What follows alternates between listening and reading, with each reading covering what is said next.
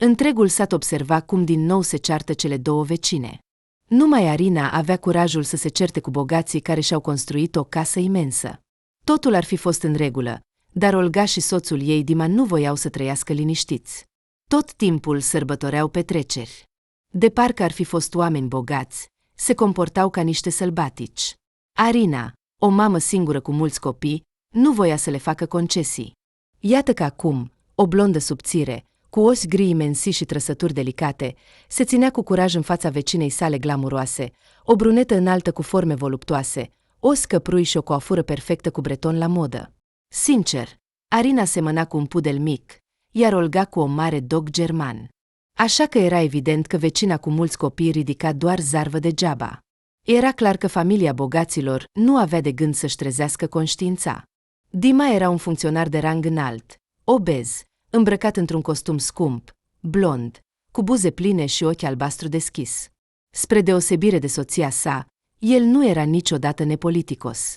Dar pe fața lui Dima se putea citi că nu-i considera pe săraci oameni.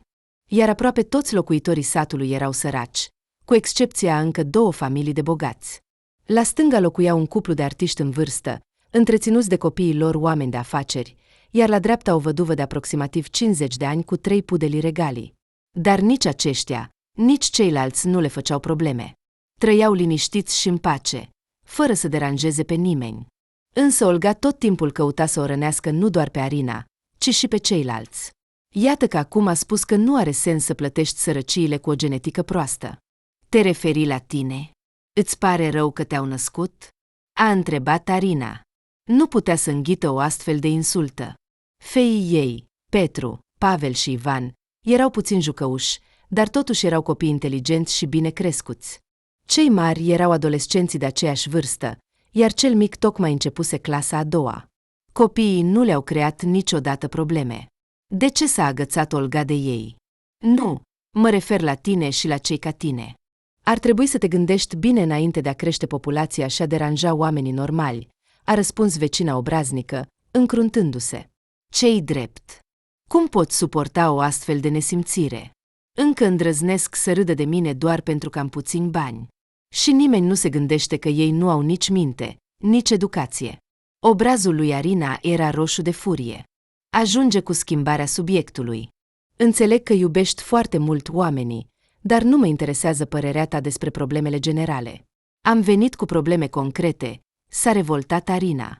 Chiar a tipărit o listă pe o bucată de hârtie, ca să nu fie nevoită să-și miște prea mult mintea.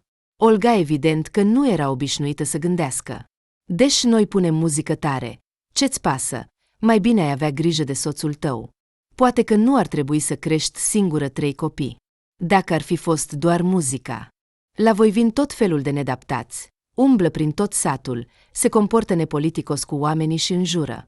Iar la grătar se îmbată. E pur și simplu periculos. Vrei să ne faci un incendiu aici? Arina a spus totul soției acestui bogat. Să lase pe alții să se umilească în fața acestei perechi, să le fie frică de ei, dar nu ea. Ascultă, noi și oaspeții noștri dintr-un cerc normal de societate nu ne hrănim din gunoaie, iar voi sunteți pur și simplu săraci, invidioși. În concluzie, du-te, nenorocito, ți-e clar? Olga a trecut brusc la tu. Arina ar fi avut multe de spus, dar, trecând pe sub poartă, aceasta s-a închis automat în fața ei. Și asta a fost toată conversația. Arin, spune-mi, ai nevoie mai mult decât toți? Ar fi putut să nu spună nimic. O jumătate din sat depinde într-un fel sau altul de acești bogați. Cine face curățenie? Cine repară mașina? Cine are grijă de caii lor? Cine repară casa? Cine cosesc iarba? Și așa mai departe. Fosta soacră nu a ratat ocazia de a-i face observație. Și cumva, între timp, a mai sugerat odată că fiul ei, Valera, un brunet voios cu umeri largi, nu a plecat de lângă ea fără motiv. În opinia Oxanei Anatolievnei, Arina purta o mare parte din vină. Este un lucru cunoscut că de la soțiile bune nu se pleacă. Să știe fosta noră că în sat aproape nimeni nu o susține. Majoritatea o numesc nebună și problematică. Oxana Anatolievna, ai putea să-i reamintești lui Valera că nu a plătit pensie alimentară de câțiva ani. Și nu îi dă înapoi mașina, deși vasele mi-au rămas mie. Nici nu contează că nepoții tăi ajung la grădiniță și școală cu autobuzul, cu trenul, în orice vreme. Nu ne răsfața cu venirea ta. Arina a decis să schimbe subiectul. Soacra nu o ajutase cu nimic. Iar Valera, cum a părăsit-o și a plecat la amanta lui, a dispărut undeva. Mama lui o acoperea. Nici o solidaritate feminină și milă pentru nepoți. Și mai făcea observații pentru fleacuri. Arina nu era deloc nebună. Dimpotrivă, caracterul ei era mai degrabă flegmatic. Da, era supărată că vecinii bogați nu i-au oferit niciodată o plimbare și încă o dată o umpleau de noroi când stătea cu copiii la stație. Dar, în mare parte, nu păstra ranchiună față de ei. Și cu siguranță nu s-ar fi implicat din cauza fleacurilor. Dar și așa se zbătea la muncă, cu copiii și voia să se odihnească măcar noaptea. Și să mai trăiască în siguranță, nu printre oaspeți beți care se schimbau mereu. Ar fi fost bine dacă doar de anul nou și de întâi mai organizau petreceri. Dar nu, ei sărbătoresc aproape în fiecare săptămână. Știi, nu eu sunt de vină că nu am mers cu Valera. Caută-le tu, eu nu te voi ajuta. Și nu mă face pe mine vinovată. Și dacă îți pasă atât de mult de copii, mai bine du-te la polițist, a sfătuit soacra. Oxana Anatolievna, știți foarte bine că el se va limita doar la observații generale. Olga și Dima, pentru ei sunt ca o muscă în lapte. Obosită, Arina a dat din mână către fosta soacră. În sat toată lumea știa că Oxana Anatolievna știe foarte bine unde locuiește acum Valera. Se lăuda că în noua lui familie cresc gemeni. Se mândrea că noua aleasă a fiului ei, Nechita Arina, avea studii superioare și tată fermier. Dacă o credeai pe Oxana Anatolievna, noua soție era mult mai interesantă și din punct de vedere exterior. Dar nu trebuia să crezi pe cuvânt. Prezența banilor și a câtorva apartamente putea transforma în frumoasă în ochii Oxanei Anatolievna orice femeie simplă. Când Arina și Valera erau căsătoriți, ea se plângea mereu că fiul a ales o sărăcie, visând doar să se despartă. Tot timpul se plângea că Arina ar putea avea gene proaste și visa ca o femeie mai decentă să-i nască lui Valerică copii. Iată că visele s-au împlinit. Arina s-a întors în casa ei. Curată, simplă, dar confortabilă. Astăzi era zi liberă, așa că băieții se ocupau liniștiți cu treburile lor. Mami, uite, te-am desenat. Cel mic a adus cu mândrie un desen în care Arina era reprezentată, dintr-un motiv oarecare, cu o coroană și într-o rochie bolnavă. Foarte asemănător, Ivan. A așezat copilul în poală și a început să-i spună o poveste. Apoi au venit și cei mari, Petru și Pavel. Ei învățau în clasa a 6-a și a 7-a. Și deși Petru era mai mare și mai puternic, Pavel considera că sunt egali și nu recunoștea autoritatea fratelui mai mare. Se certau, ca de obicei, cine este șeful. Ce șef ești tu? Ai uitat cine te-a apărat de colegii de clasă. A zâmbit Pavel. Fratele mijlociu era într-adevăr mai puternic și mai agil decât fratele său, în ciuda înălțimii mai mici și a constituției subțiri. Pavel nu se temea de nimic. Așa a fost dintotdeauna. A luat de la mama. Se va ridica întotdeauna pentru cei dragi, dar îi plăcea foarte mult să se laude. Și cine îți face temele în mod constant? Ai uitat? Numai datorită mie nu ai picat complet la școală. Și datorită mie mama nu a fost chemată mereu din cauza ta la școală, a răspuns fratele lui Petru, supărat.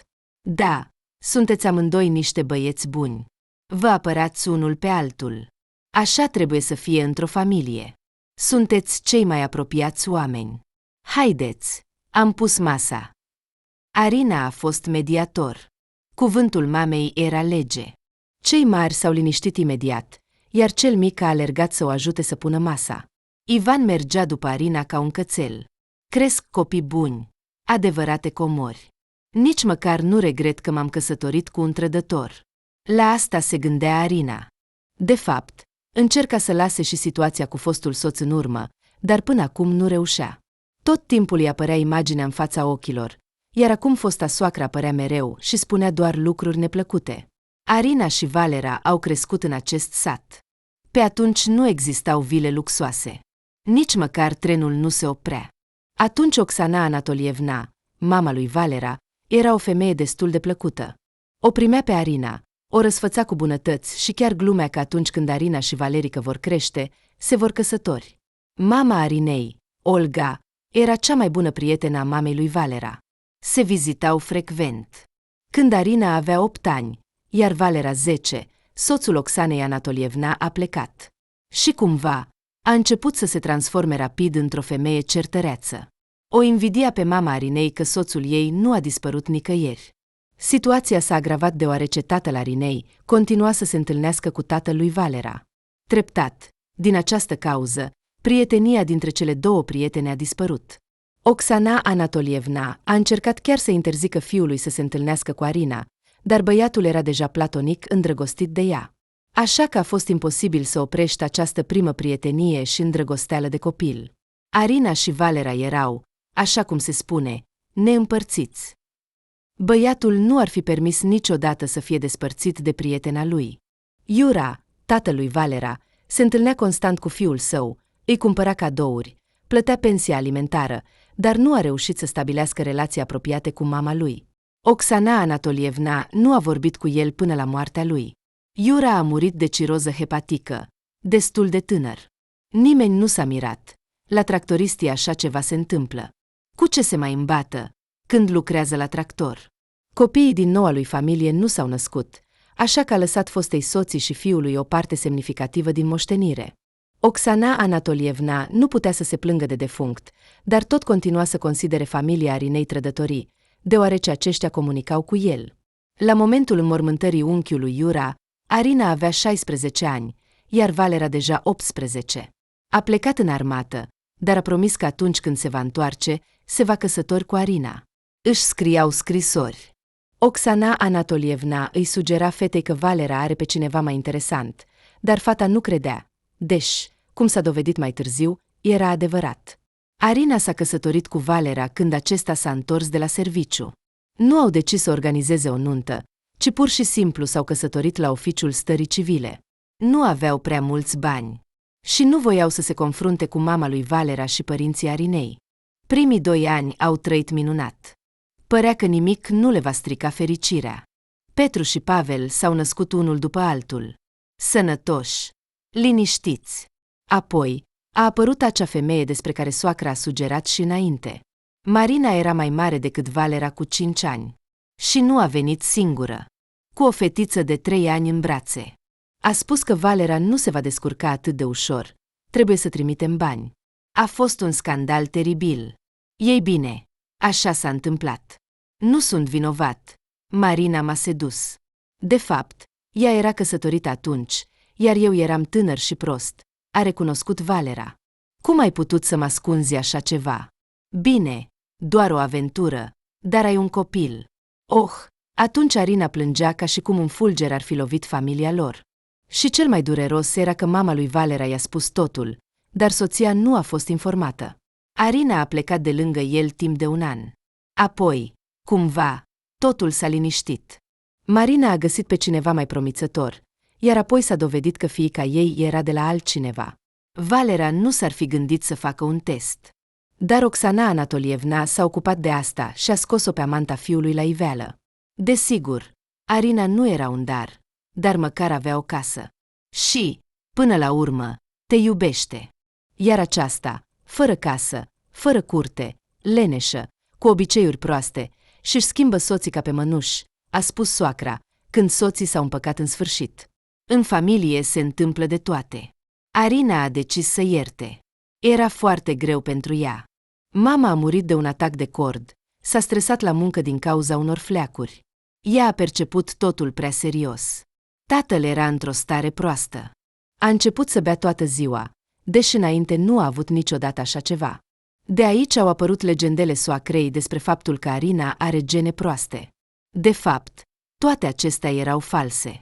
Mama și tata erau muncitori obișnuiți, își iubeau fiica și se străduiau să facă totul atât pentru ea, cât și pentru nepoți. Tatăl Arinei uneori își revenea, alteori se adâncea din nou în abis.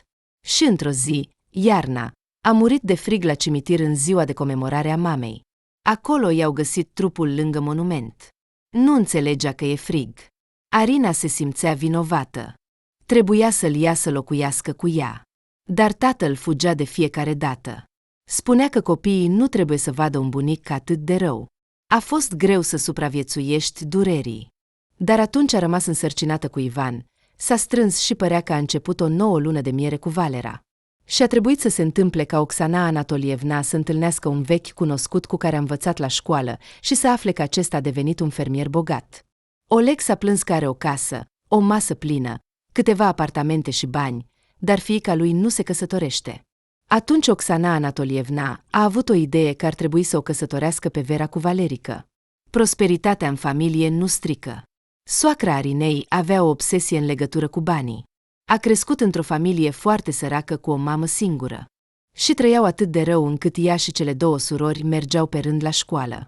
Pur și simplu nu aveau haine de iarnă decentă pentru toți.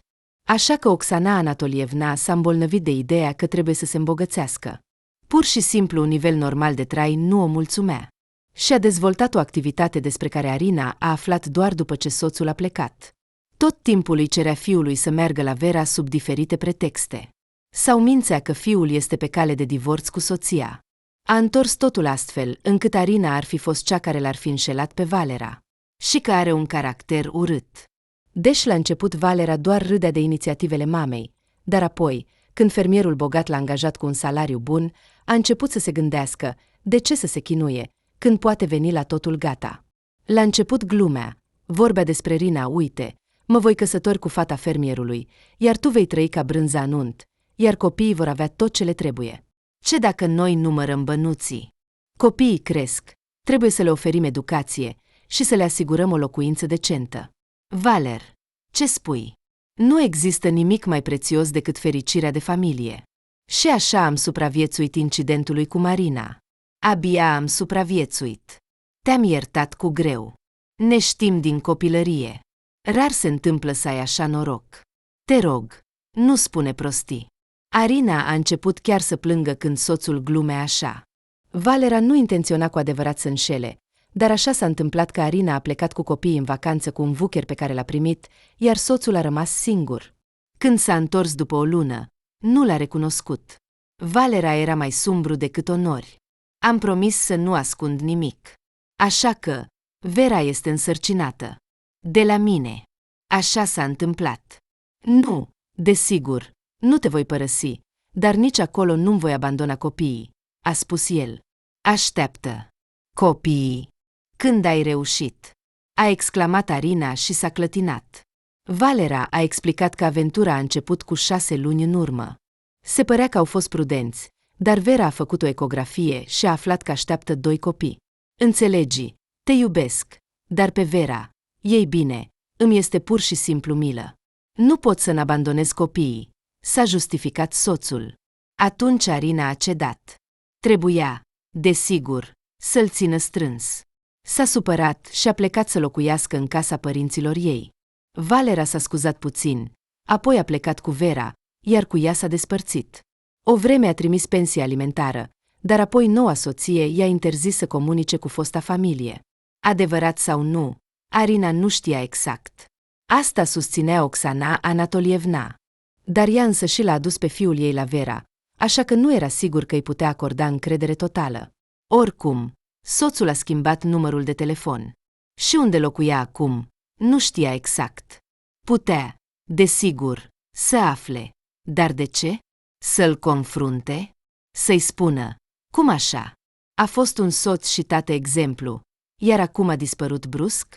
Desigur, era interesant să arunce o privire asupra acestei Vere, pur și simplu pentru a înțelege dacă o iubește cu adevărat sau este doar pentru bani și confort, în favoarea mamei. Dar Arina înțelegea că nu merită să se umilească așa. A trăit singură timp de 2 ani. Și cumva s-a descurcat. Băieții au întrebat la început de ce bunica nu mai vorbește cu ei, de ce tata nu sună. Arina le-a explicat cât a putut, că tatăl este acum îndrăgostit și se simte vinovat, dar cândva se va aduna că așa se întâmplă. Pur și simplu este rușine, și bunicii este și ei rușine, de aceea nu comunică. Băieții au văzut cât de greu era mamei să răspundă la aceste întrebări, cum plângea toată noaptea, și în curând au încetat să mai pună întrebări. Cel mai ușor a fost pentru cel mic, Ivan, el nici nu-și amintea bine de tată. Abia împlinise 4 ani când Valera a părăsit brusc familia. Vecinii bogați au apărut aproape simultan cu plecarea soțului. Înainte, în casa luxoasă locuia o văduvă în vârstă. Liniștită, calmă, fără probleme. Dima și Olga au apărut parcă intenționat pentru a-i complica și mai mult viața Arinei. Și ea doar încerca să-și apere viața. Așa că s-a întâmplat că viața s-a împărțit în două părți. Într-una era o familie iubitoare și plină, cu soț, iar în cealaltă a rămas o mamă singură cu vecini problematici. Și a trebuit să se întâmple ca casa Arinei să fie cea mai apropiată de vila zgomotoasă cu oameni prea veseli, care nu voiau să înțeleagă. În ziua următoare, Arina se întorcea, ca de obicei, de la muncă din cel mai apropiat sat mare cu autobuzul. Era cu copiii. Mamă, îl scot pe unchi. Arina a adormit, iar fiul ei cel mic a trezit-o. A văzut că șoferul chiar se ceartă cu un bărbat înalt și slab cu părul scurt. Acesta explica că va plăti mai târziu, dar șoferul nu-l credea și dintr-un motiv oarecare îl numea zice. Adică, e un lucru cunoscut, că nu te vei mai aștepta la plată. Și ce să fac acum? Să transport pe toți gratuit. Nu-l deranjați, chiar dacă a stat. Ei bine, se întâmplă în viață, a intervenit Arina pentru străin. În autobuz, în afară de ei, erau și două femei în vârstă, dar acestea întorceau privirea, preferând să nu se implice. Dacă ești atât de deșteaptă, plătește pentru el. Eu nu am fond de caritate, a spus șoferul brutal. Arina a oftat și a scos bani din portofel. Nu voia să-i ia de la copii. Venitul era deja scăzut. Dar ce putea face? Se implicase. Practic promisese și își asumase responsabilitatea. Îmi pare rău. Îți voi da totul înapoi, cu adevărat. Într-o zi, cunoscuții mei vor veni. Se pare că îl cheamă Andrei. Ei bine, clar, zăce. Îi place să-și dea unul altuia astfel de nume în glumă, s-a gândit Arina. Nu trebuie. Ai unde să dormi? L-a întrebat ea. Și imediat s-a miustrat pentru inițiativa ei. Acest Andrei ar putea fi un lup în piele de oaie. Nu s-a atașat de ea fără motiv. Astfel de oameni iubesc să se adapteze la cei generoși și naivi. E o chestiune să ajuți pe cineva, alta e să aduci un zăce acasă. Ea răspunde nu doar pentru ea, ci și pentru copii, iar vecinii vor răspândi zvonuri rele.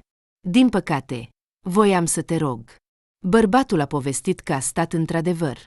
Banii pentru drum i-au dat puțin. A economisit cât a putut. A călătorit cu diverse mijloace de transport. A încercat să călătorească fără bilet până la destinație, dar l-au dat jos pe drum. Așa că a ajuns pe un drum de țară, a văzut autobuzul, s-a gândit că poate vor avea milă. Acolo a întâlnit-o pe Arina. Dacă te temi de mine, nu-i nimic, voi dormi cumva. Arina s-a uitat la haina subțire a străinului. Era puțin probabil ca în așa ceva să poată dormi în mijlocul frigului din noiembrie, iar la ei nu erau case abandonate. Te-ar putea aresta pentru vagabondaj. Aici, știi, sunt multe vile bogate. Dacă te văd, îți va fi rău. Înțeleg perfect că nu-mi vei da banii înapoi, dar te voi lăsa să dormi doar pe verandă. Este încălzită. Și ține cont că avem un câine ciobănesc în casă. A spus Arina cu precauție. Și mai bine te voi numi Andrei, căci Andrei sună ciudat pentru locurile noastre. Îmi pare rău că mă gândești așa, dar sunt de acord cu toate condițiile. Chiar și în grajd aș putea dormi. Bărbatul s-a făcut roșu. Era evident că îi era neplăcut că Arina l-a considerat aproape un escroc și un tip periculos. Cine știe, poate că într-adevăr este un om bun, dar trebuie să fiu prudentă, s-a gândit Arina. Pe fericirea ei, nu a întâlnit pe drum pe Oxana Anatolievna. Dar totuși, nu se putea exclude că ea sau prietenele ei au văzut cum Arina merge cu copiii și un străin. Dacă așa stau lucrurile, e rău. Câte comentarii răutăcioase și sarcastice vor fi. Dar ce să facă? Nu putea să-l abandoneze pe acest Andrei. Câinelui, pisicii, poate cineva să-i ajute. Oamenii, cu greu cineva îi va păsa, mai ales de un tip atât de suspect. Iar relațiile cu fosta soacră, se pare că nu vor fi mai rele. Ei bine, ce să faci? Cu ce ești bogat? Arina i-a turnat o supă de pui groasă. A pus în farfurie cartofi cu ceapă tăiată în rondele, a turnat ceai și a împins zahărul.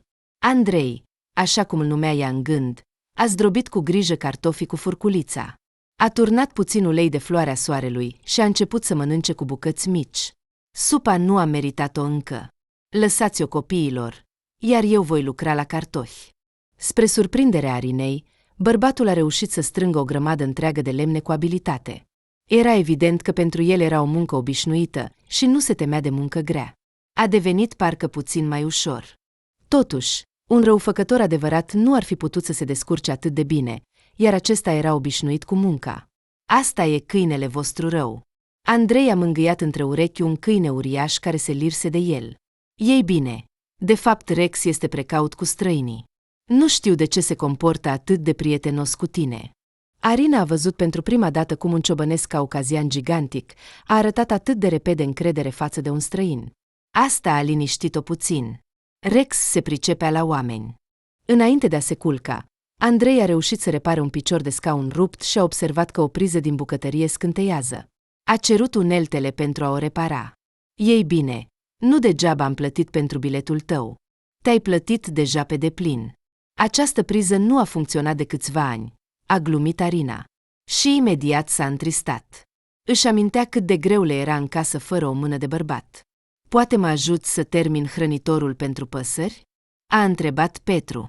Au avut teme pentru școală. Dar băiatului nu ieșea deloc să fixeze acoperișul. Mama nu putea să-l ajute deloc în această privință. Sigur, hai să-l aduci. Ah, uite, ai făcut aproape tot. Eu doar o să corectez puțin. Arina a observat că Andrei, de fapt, a refăcut aproape totul. Dar, ca să nu-l supere pe copil, a făcut că totul era aproape gata. Și Petru a crezut asta. Și a fost foarte mulțumit de sine. Da, el este stângaci. De când a plecat tata, eu repar tot.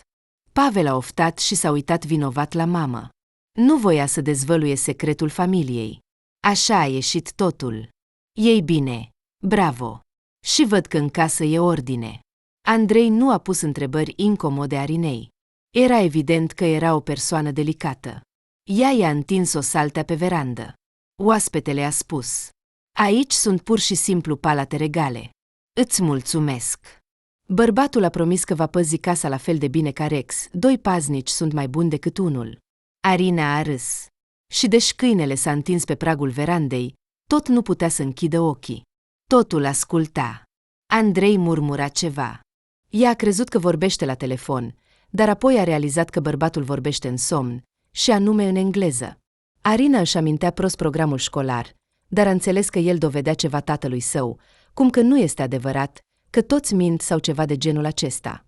Petru era specialist la limba engleză, îl ajuta pe Pavel cu temele și avea note mari la această materie, dar nu era copil.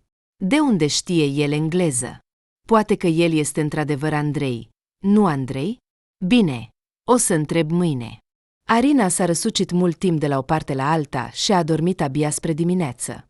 Mamă, trezește-te! În curte este o mașină tare.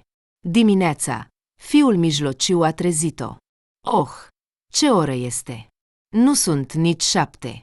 Astăzi este zi liberă. S-a uitat la ceasul deșteptător.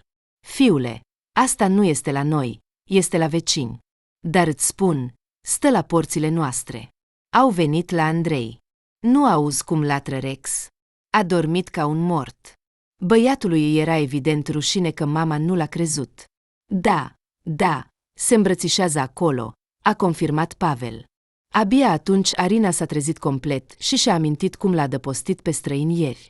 S-a spălat în grabă, s-a îmbrăcat. Într-adevăr, în fața porților stătea o mașină de clasă superioară. Andrei era îmbrățișat de 2 bărbați în costume scumpe. Nu înțelegea ce spun. Abia distingeau engleza. Andrei are afaceri în Rusia și sunt fericit să-l vadă, a tradus Petru. Oh, salvatoarea mea s-a trezit. Bărbatul a observat pe Irina și a început deja să-i povestească în rusă cât îi este dator. Aceștia sunt rudele mele. Au făcut multe pentru ca eu să ies mai repede.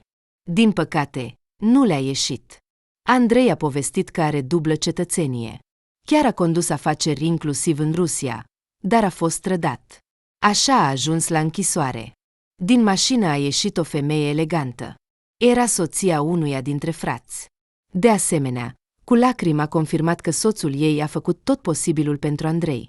Și le pare foarte rău că nu a ieșit nimic. Dar acum totul s-a terminat. Bine că ai sunat. De ce să mai rămâi în această casă? Hai să mergem la aeroport, a spus doamna elegantă. Ei bine, nu, trebuie să-i mulțumesc gazdei. Voi rămâne aici încă o vreme. Acum nu se întâlnește adesea un străin cu bunătate și ospitalitate. Dar voi nu mi-ați întâmpinat? A spus Andrei sucor. Știi că ne-au dat informații greșite, s-a supărat bărbatul pe care îl chema Roger. Acesta era soțul acelei Irina, care l-a chemat insistent pe Andrei să plece. Roger, Steve și Irina erau evident nemulțumiți că Andrei nu a plecat cu ei. Dar i-au lăsat bani în numerar în ruble, spunând că se va caza la un hotel în orașul cel mai apropiat. Au promis că vor rămâne în legătură. Ei bine, acum pot să vă răsplătesc cu bunătate pentru bunătate. Andrei i-a dat aproape toți banii. Și-a lăsat doar câteva bancnote pentru el. Dar ce faceți? Asta e prea mult. Câștig atât într-un an. Arina a încercat să refuze. Prețuiți prea puțin viața mea. Ce s-ar fi întâmplat cu mine dacă aș fi înghețat pe stradă? Și, în plus, m-ar fi putut lovi în cap, m-ar fi luat la poliție pentru vagabondaj. Multe variante. Bărbatul a întins insistent banii și a adăugat.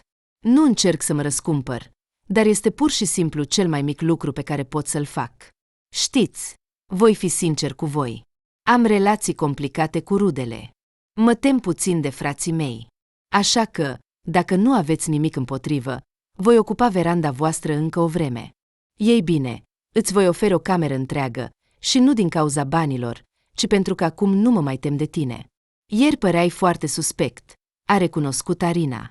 Dar de ce te temi de Roger și Steve? Oh, asta e o poveste lungă. Tatăl mi-a lăsat o moștenire și am motive să cred că am ajuns la închisoare nu întâmplător, a suspinat Andrei. Era evident că era greu să suspecteze frații, dar se părea că avea motive serioase pentru asta. Da, înțeleg, când știi pe cineva din copilărie, iar apoi te trădează, este deosebit de greu, i-a venit în minte Valera și lacrimile i-au apărut în ochi. Nu știa că discuția ei cu Andrei avea martori. Vecinii bogați de dincolo de gard se uitau cu bucurie.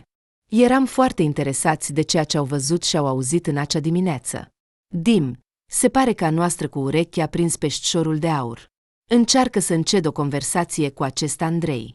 Ei bine, despre ceva de genul masculin. Știi că trebuie să plătim datoriile. În curând toată lumea va afla că suntem falimentari, a spus Olga soțului ei. Dima a dat din cap. Știa foarte bine că familia lor se află constant pe marginea prăpastiei. Închiriază etajul 2 pe zi și fac că și-ar organiza petreceri vesele. Dacă cineva dorea să închirieze întreaga casă, Olga și Dima plecau și închiriau o cameră mică în orașul vecin. Dacă această neplăcută Arina nu ar fi atras atenția, ar fi avut o șansă să-și ascundă nevoile mai mult timp. Dar vecina se băga mereu în treburile lor.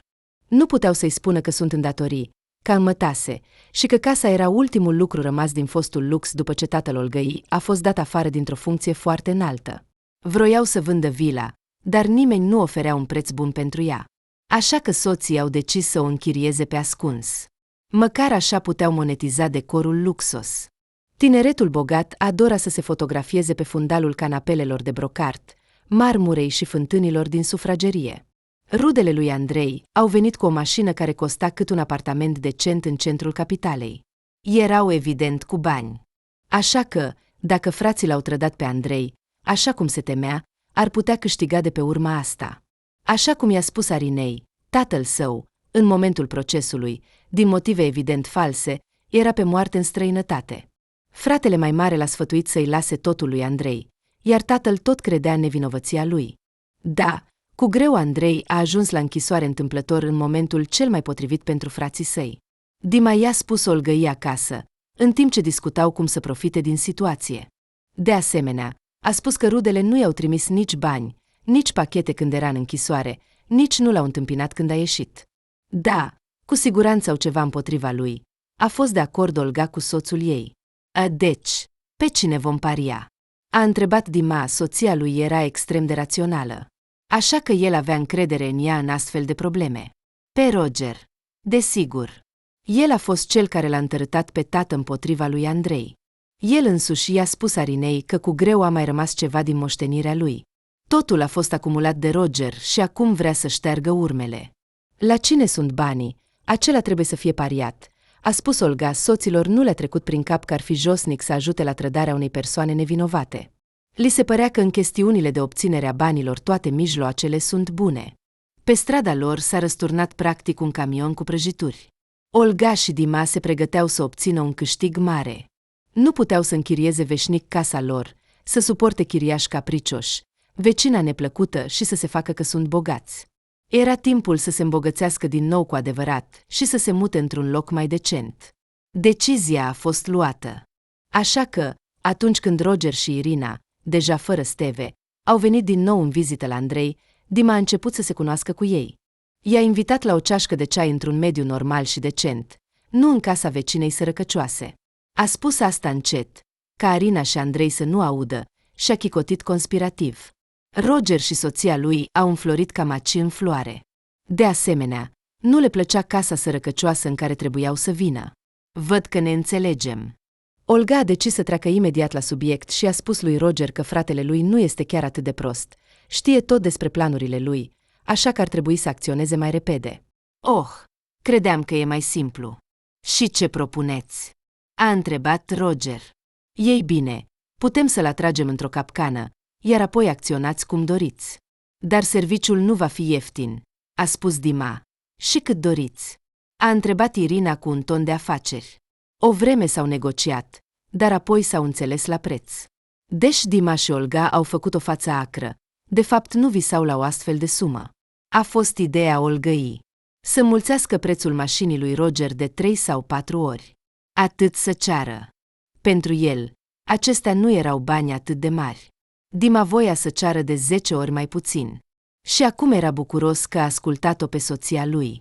Așa că au dat mâna.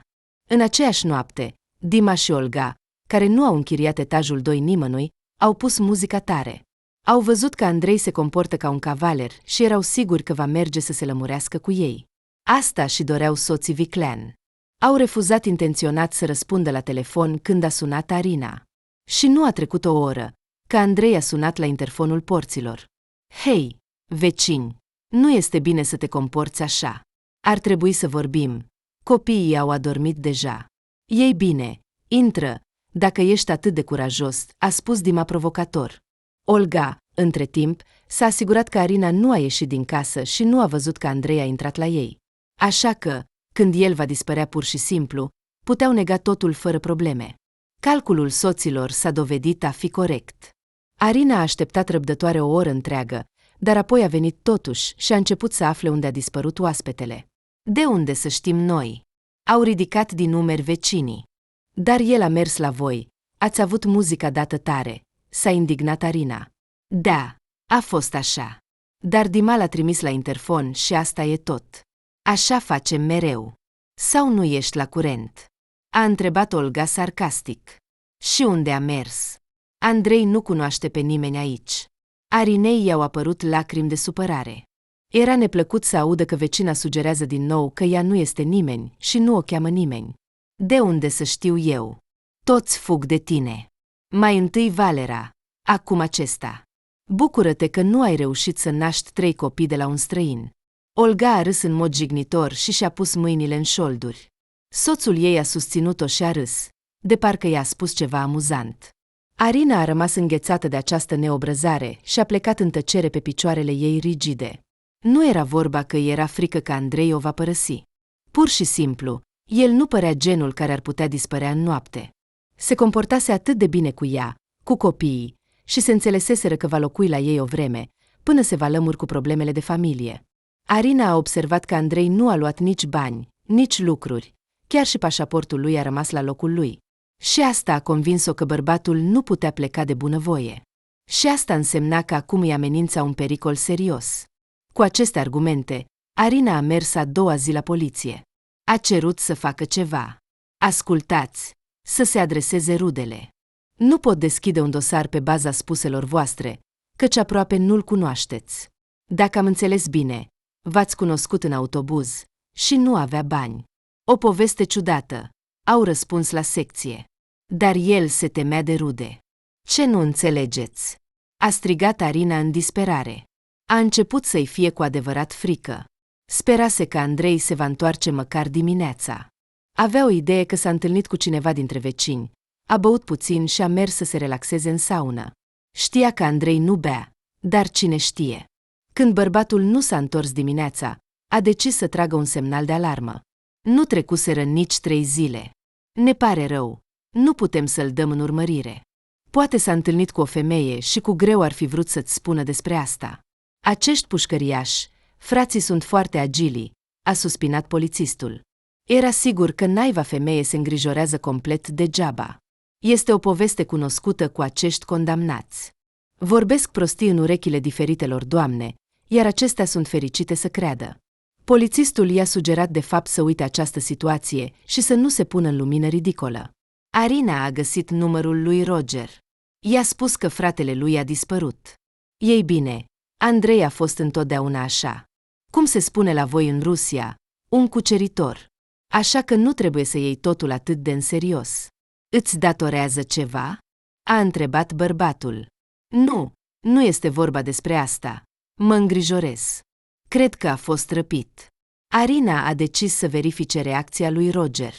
Acesta a râs atât de fals și a încercat atât de mult să o convingă de absurditatea ideii, încât Arina s-a convins că, cel mai probabil, așa stau lucrurile. Andrei nu se temea degeaba de rude. A trecut o săptămână. Nu știa ce să mai gândească. Uneori îi se părea că toți din jur ar putea avea dreptate. Poate că și Andrei s-a simțit incomod să locuiască în casa ei, dar pur și simplu nu a vrut să-i spună despre asta. Există oameni atât de delicați. Atunci de ce a plecat pe furș? Nu l-a ținut. Și cum a putut să lase pașaportul? Căci el era o persoană extrem de ordonată, fără obiceiuri proaste. Arina nu știa ce să facă. Situația o chinuia. După 3 zile, i-au acceptat plângerea la poliție, dar cu greu se pregăteau să facă ceva serios, poate doar să trimită fotografia lui în baza de date. Mamă, am avut un vis ciudat. Andrei era legat și cerea ajutor, a spus Pavel. Ea a crezut că băiatul și-a imaginat asta, a dat din mână. Dar după câteva zile a fost chemat psihologul școlii. Pavel are probleme serioase cu psihicul. Vorbește lucruri ciudate toată ziua.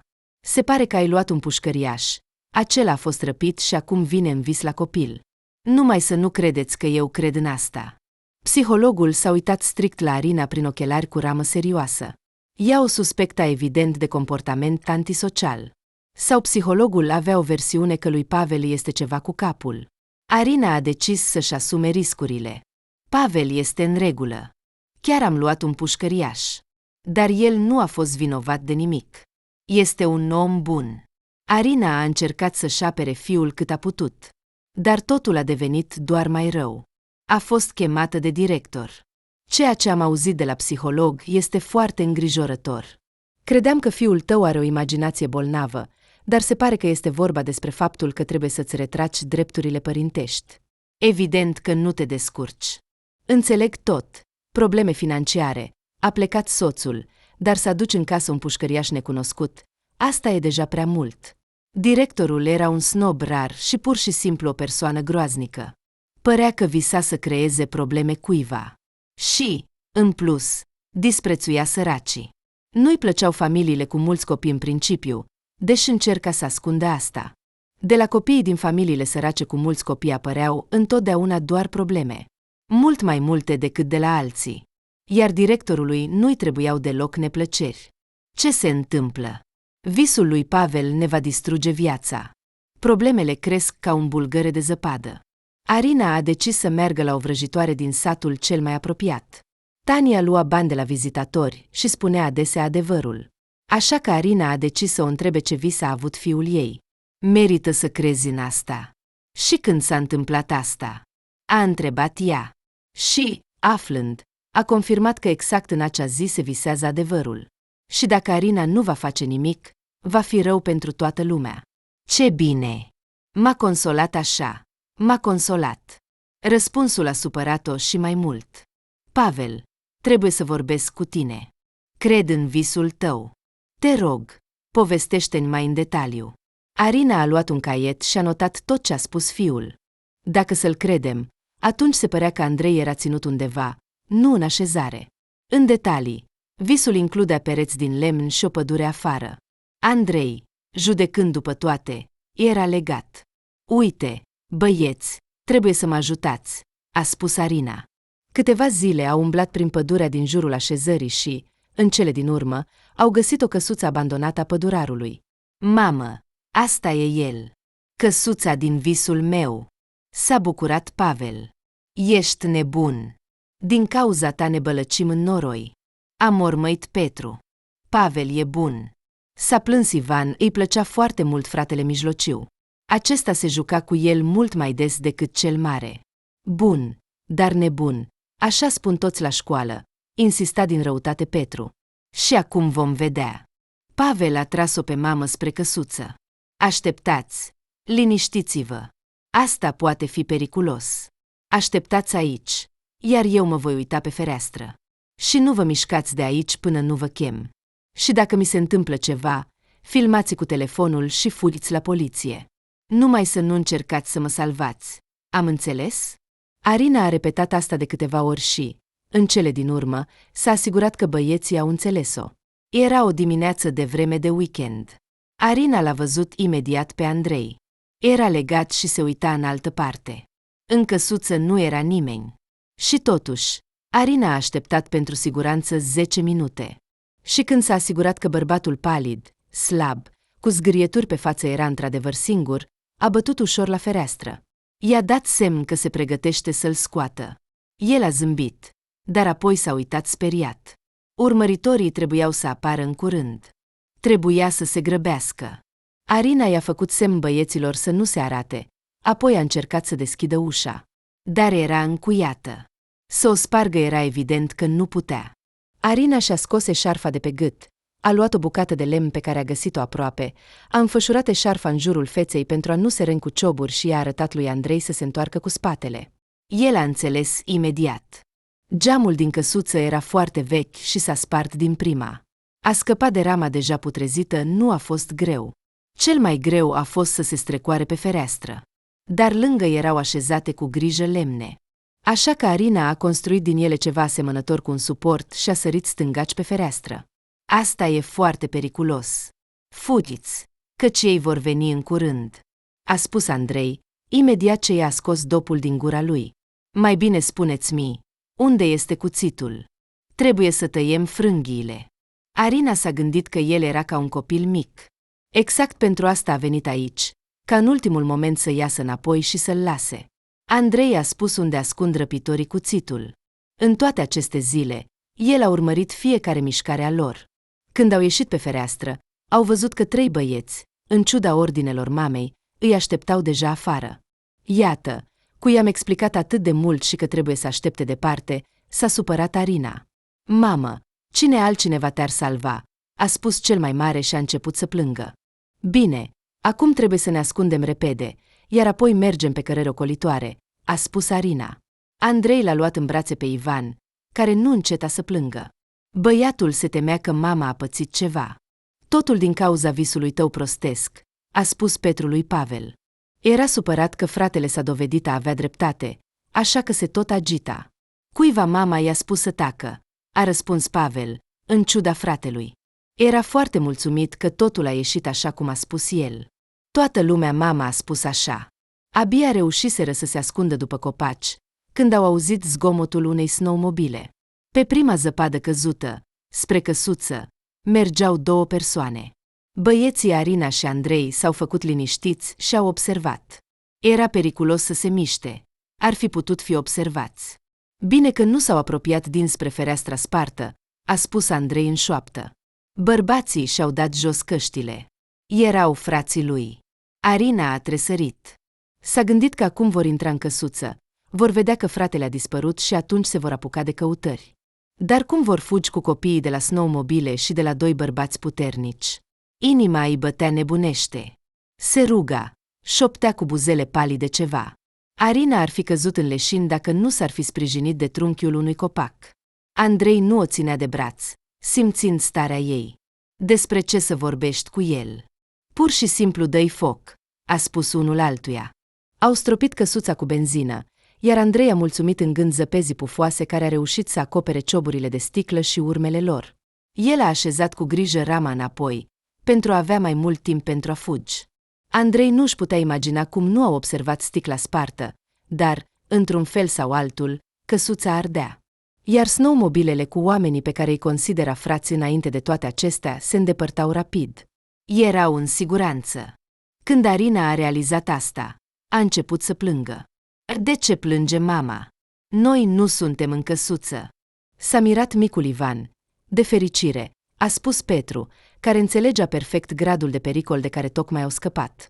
Nu intenționa să-i spună fratelui mai mic. Îl iubea și îl proteja, la fel ca pe Pavel, deși uneori se certau. Iată ce, trebuie să vă ascundem acasă fără să ne observe nimeni. Nimeni nu va bănui că vă caută acolo, a propus Arina. Atunci trebuie să mergeți înainte, iar eu voi urmări prin curți, ca nimeni să nu observe, a spus Andrei. Așa au procedat. El a apărut doar seara, când s-a făcut întuneric. Era complet obosit. Afară era mereu cineva, de aceea s-a întârziat. Rex s-a aruncat imediat să-i lingă zgârieturile de pe față. Oh, trebuie să vă tratez rănile, a spus Arina. Andrei a pierdut cunoștința din cauza frigului, fricii, disperării și foamei. Practic nu fusese hrănit în căsuță. S-a trezit doar după câteva ore de la mirosul de supă de pui. Ei bine, de data aceasta, te rog, nu refuza, a spus cu bâlâândețe gazda. I s-a părut că ea nu era om, ci un înger care a coborât din ceruri. Andrei a spus așa. Dar tu ai doar febră, dar asta va trece în curând, a zâmbit Arina. Andrei putea să jure că vede o strălucire în jur, dar apoi a pierdut din nou cunoștința. A visat că era încă în căsuță, că vor să-l omoare. Apoi a ars în flăcări, a strigat, de propriul său strigăt și s-a trezit. Arina era lângă el. Știți, acum sunt chiar recunoscătoare vecinilor pentru muzica tare, astfel încât să nu vă audă. A râs ușor. Iar Andrei i-a înțeles brusc. Va face totul pentru a rămâne cu Arina și cu feii ei. Va merita și va dovedi. Această întâlnire a fost trimisă de soartă. Aici îl iubesc și îl așteaptă. Și va face totul pentru familia sa. Chiar și moștenirea nu mai era o problemă. Erau doar bani. Au trecut 2 zile pentru Andrei să-și recupereze forțele. Nu a ieșit din casă.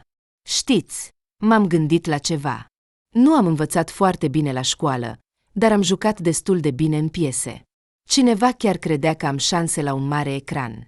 Sau poate la unul mediu, sau chiar la unul mic. Uite, vezi ce am păstrat. Arina a arătat o perucă veche și o mustață falsă. Avea ochelari. Deoarece la școală jucase un bătrân dintr-o poveste de Cehov. Wow! Așa că voi putea ieși să respir. S-a bucurat Andrei. Nu doar atât. Trebuie să ieșiți în oraș.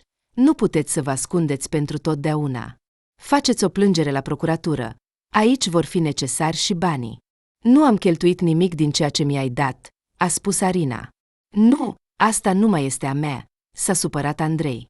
Tot timpul voia să facă ceva pentru ea, dar se întâmpla ca ea să-l salveze din nou și din nou. Ei bine, atunci te răsplătesc. Dar nu te fă prost. Salvează-te, iar apoi îmi mulțumești, dacă nu te răzgândești, a spus Arina. Andrei a promis că se va întoarce. Anna, dintr-un motiv oarecare, nu avea îndoieri că el își va ține cuvântul. Ce fel de bărbat în vârstă pleca de la tine cu taxiul? Nu te mai ferești de nimeni. Oksana Anatolievna a văzut cum Arina l-a condus până la mașină pe un bărbat cu părul cărunt și cu mustață. Ce să fac? O comoară ca Valera nu voi mai găsi, a suspinat Arina, făcându-se că plânge. Dar asta nu este un motiv să aduci în casă fie infractori, fie pensionari. Totuși, ești responsabilă pentru nepoții mei, a spus fostul socru cu un ton de miustrare. Ah, totuși, îți amintești de persoanele noastre modeste, a întrebat Nurorile cu ironie. Degeaba ești așa cu mine. Îți doresc bine.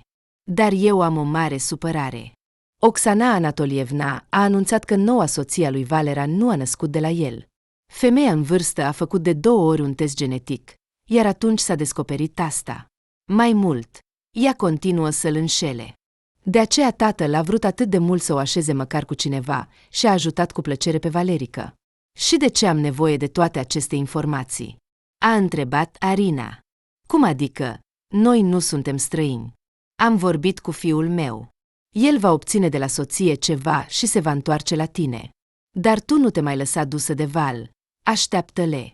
A explicat Oxana Anatolievna gândul ei profund. Ei bine, știți, asta acum nu te mai privește.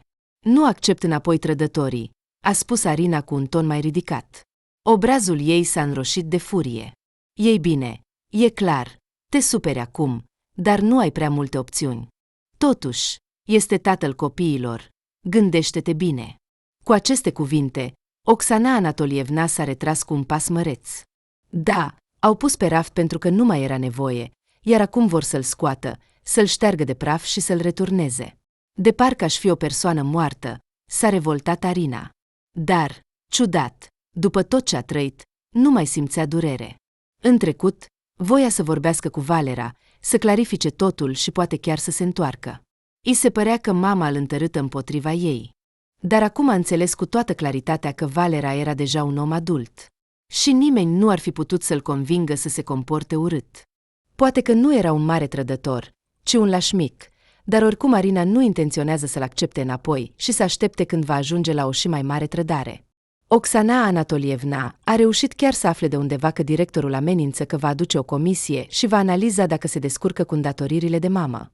Iată cum urmărește cu atenție soarta ei, dar când e vorba de ajutor, nu sunt nepoți pentru bunică. Da, grijul e. Nimeni nu intenționa să o priveze de drepturile părintești. De îndată ce s-a aflat că Andrei este într-adevăr un străin bogat, toată lumea a decis să se împrietenească cu el. Conducerea școlii s-a grăbit să scape de Samodur. Nimeni nu dorea probleme cu un bogat. Frații lui Andrei nu au putut cheltui moștenirea. Înțeleptul tată decedat, se pare, bănuia ceva de genul acesta, așa că a interzis vânzarea bunurilor și retragerea unor sume mari din conturi mai devreme de câțiva ani. Dacă rudele ar fi avut puțin mai mult timp, s-ar fi distrat pe cinste. Le-a lipsit doar câteva luni pentru a strânge totul. Dar nu a fost soarta. Amândoi au fost arestați la aeroport. Roger și Steve acum puteau experimenta pe pielea lor cum a fost fratelui lor în spatele gratiilor. Au ales o închisoare rusă.